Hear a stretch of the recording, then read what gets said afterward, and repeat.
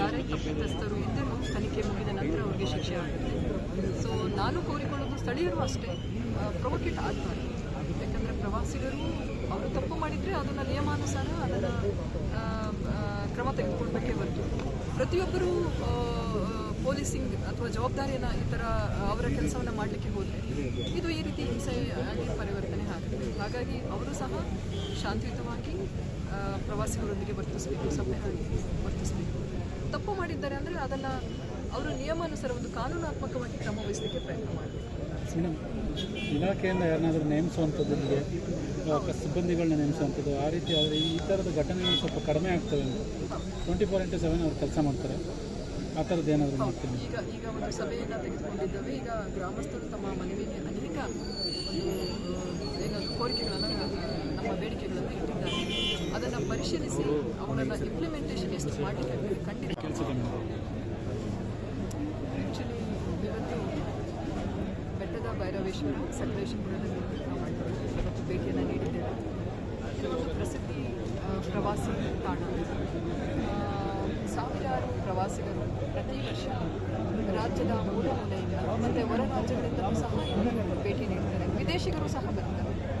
So ಅಂತಹ ಪ್ರಸಿದ್ಧಿ ತಾಣ ಪ್ರಕೃತಿ ಸೌಂದರ್ಯದಿಂದ ಕೂಡಿದೆ ಮತ್ತು ಐತಿಹಾಸಿಕ ಒಂದು ದೇವಸ್ಥಾನ ಸಹ ಇಲ್ಲಿ ಇದೆ. ಬೆಟ್ಟದ ಭೈರವೇಶ್ವರ ತುಂಬ ಪುರಾತನ ಕಾಲದ ದೇವಸ್ಥಾನ. ಜೊತೆಗೆ ಒಂದು ಸಂಪ್ರದಾಯವಾಗಿ ಇಲ್ಲಿ ಅನೇಕ 9 ಗ್ರಾಮದ ಮನೆತನದ ಒಕ್ಕಲು ಅವರು ಮನೆ ದೇವರು ಅಂತ ಹೇಳಿ ಪೂಜೆಗಳು ಸಹ ಮಾಡ್ತಾರೆ. ಈ ದೇವಸ್ಥಾನ ಮುಜರಾಯಿಗೆ ಸೇರಿದೆ. ಆದರೆ ಕೆಲವು ದಿನಗಳ ಹಿಂದೆ ಹೋದ ವಾರ ಒಂದು ಘಟನೆ ನಡೆಯಿತು. ಆ ಘಟನೆಯಲ್ಲಿ ಸ್ವಲ್ಪ ಏನದು ಹಿಂಸಾತ್ಮಕವಾಗಿ ವರದಿ ಆಯಿತು. ಸೊ ಯಾಕಂದರೆ ನಾವೆಲ್ಲ ಪ್ರವಾಸೋದ್ಯಮದ ಉದ್ದೇಶನ ನೀಡಲಿಕ್ಕೆ ಬಂದು ಪ್ರಯತ್ನ ಮಾಡುವ ನಿಟ್ಟಿನಲ್ಲಿ ಜೊತೆಗೆ ಇಂತಹ ಘಟನೆಗಳು ಮರುಕಳಿಸಬಾರ್ದು.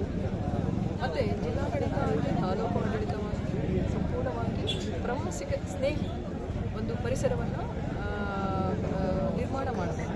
ಅದು ಹೇಗೆ ಸಾಧ್ಯ ಅಂದರೆ ಗ್ರಾಮಸ್ಥರ ಸ್ಥಳೀಯರ ಒಂದು ಸಹಕಾರದೊಂದಿಗೆ ಅದನ್ನು ನಿರ್ಮಾಣ ಮಾಡಬೇಕಾಗ್ತದೆ. ಯಾಕಂದರೆ ಅವರ ಪಾಲು ಸಹ ಇದರಲ್ಲಿ ತುಂಬ ಇರ್ತದೆ. ಸೊ ಹಾಗಾಗಿ ಇವತ್ತು ನಾವು ವಿಸಿಟ್ ಮಾಡಿ ಗ್ರಾಮಸ್ಥರು ಅವರ ಮನವಿಗಳನ್ನು ಸಹ ತೆಗೆದುಕೊಂಡಿದ್ದೇವೆ. ಇಲ್ಲಿ ಅನೇಕ ಮೂಲಭೂತ ಸೌಕರ್ಯಗಳನ್ನು ನಾವು ಮಾಡಬೇಕಾಗ್ತದೆ. ಸೊ ಹಾಗಾಗಿ ಒಂದು ಸಭೆಯನ್ನು ಅಧಿಕಾರಿಗಳ ಸಭೆಯನ್ನು ನಾವು ಇವತ್ತು ಕರೆದಿದ್ದೇವೆ. ಸೊ ಆ್ಯಕ್ಚುಲಿ ನಾವು ಇವತ್ತು ಸಭೆ ಕರೆದಿದ್ವಿ. ಆದರೆ ಇವತ್ತು ಎಲ್ಲ 9 ಗ್ರಾಮದ ಗ್ರಾಮಸ್ಥರು ಸಹ ಇವತ್ತು ಇಲ್ಲಿ ನೆರೆದಿದ್ದಾರೆ. ಜಿಲ್ಲಾಧಿಕಾರಿಗಳು ಬರ್ತಾರೆ ಅಂತ ಅವರು ಮನವಿಯನ್ನು ಸಹ ಕೊಟ್ಟಿದ್ದಾರೆ.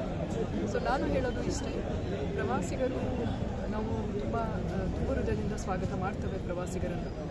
ಆದರೆ ಪ್ರವಾಸಿಗರಿಗೆ ಅವರದೇ ಆದ ಒಂದು ಜವಾಬ್ದಾರಿಗಳಿರ್ತದೆ. ಯಾಕಂದರೆ ತಾವು ಎಲ್ಲಿ ಪ್ರವಾಸ ಮಾಡ್ತಿರೋ ಅಲ್ಲಿನ ಪ್ರದೇಶವನ್ನು ಸ್ವಚ್ಛವಾಗಿ ಇಡಬೇಕು.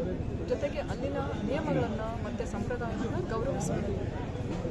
ಅದಕ್ಕೆ ಒಂದು ನಿಯಮ ರೂಪಿಸಬೇಕಾಗಿರೋದು ಅನಾವಶ್ಯ ಅನಿಸುತ್ತೆ. ಯಾಕಂದರೆ ಪ್ರತಿಯೊಬ್ಬ ಪ್ರವಾಸಿಗರು ಆ ಸ್ಥಳದ ಮಹಿಮೆಯನ್ನು ಅರ್ಥ ಮಾಡ್ಕೊಳ್ಬೇಕು ಮತ್ತು ಅದಕ್ಕೆ ಗೌರವವನ್ನು ಸಹ ಸಲ್ಲಿಸಬೇಕು. ಅದಕ್ಕೆ ಬದ್ಧರಾಗಿ ನಡ್ಕೊಳ್ಬೇಕು ಸಹ. ಮತ್ತು ಸ್ವಚ್ಛತೆಯನ್ನು ಕಾಪಾಡಲಿಕ್ಕೆ ಹೆಚ್ಚಿನ ಒತ್ತನ್ನು ನೀಡಬೇಕು.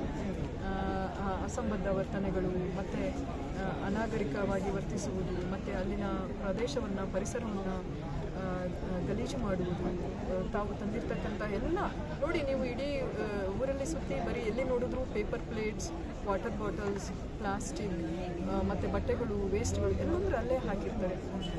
ಫಾಲ್ಸ್ಗಳಿಗೆ ಬರ್ತಾರೆ. ಫಾಲ್ಸ್ ಸುತ್ತಮುತ್ತ ಯಾರೂ ಓಡಾಡಲಿಕ್ಕೆ ಬರೋದಿಲ್ಲ, ಅಷ್ಟು ಗಲೀಜಾಗಿ ಹೋಗಿರ್ತದೆ.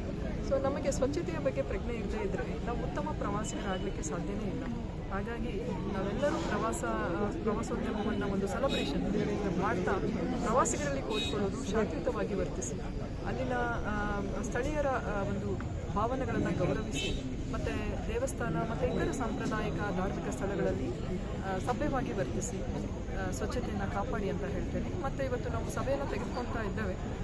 ಎಲ್ಲ ಒಂದು 7-8 ಇಲಾಖೆ, ಸಂಬಂಧಿತ ಇಲಾಖೆಗಳೊಂದಿಗೆ, ಪ್ರವಾಸೋದ್ಯಮ, ಮುಜರಾಯಿ, ಪೊಲೀಸ್ ಇಲಾಖೆ, ಅರಣ್ಯ ಇಲಾಖೆ, ಇತರ ಇಲಾಖೆಗಳೊಂದಿಗೆ ಅದರ ನಂತರ ಒಂದು ಪ್ರೊಸೀಡಿಂಗ್ ಮಾಡಿ ಈ ಎಲ್ಲ ಒಂದು ಏನು ಸಮಸ್ಯೆಗಳು ಉಂಟಾಗಿದೆ ಅದಕ್ಕೆ ಒಂದು ಪರಿಹಾರವನ್ನು ಕಂಡುಕೊಳ್ಳುವ ನಿಟ್ಟಿನಲ್ಲಿ ಒಂದು ಪ್ರಯತ್ನವನ್ನು ಮಾಡ್ತಾ ಇದ್ದೇವೆ.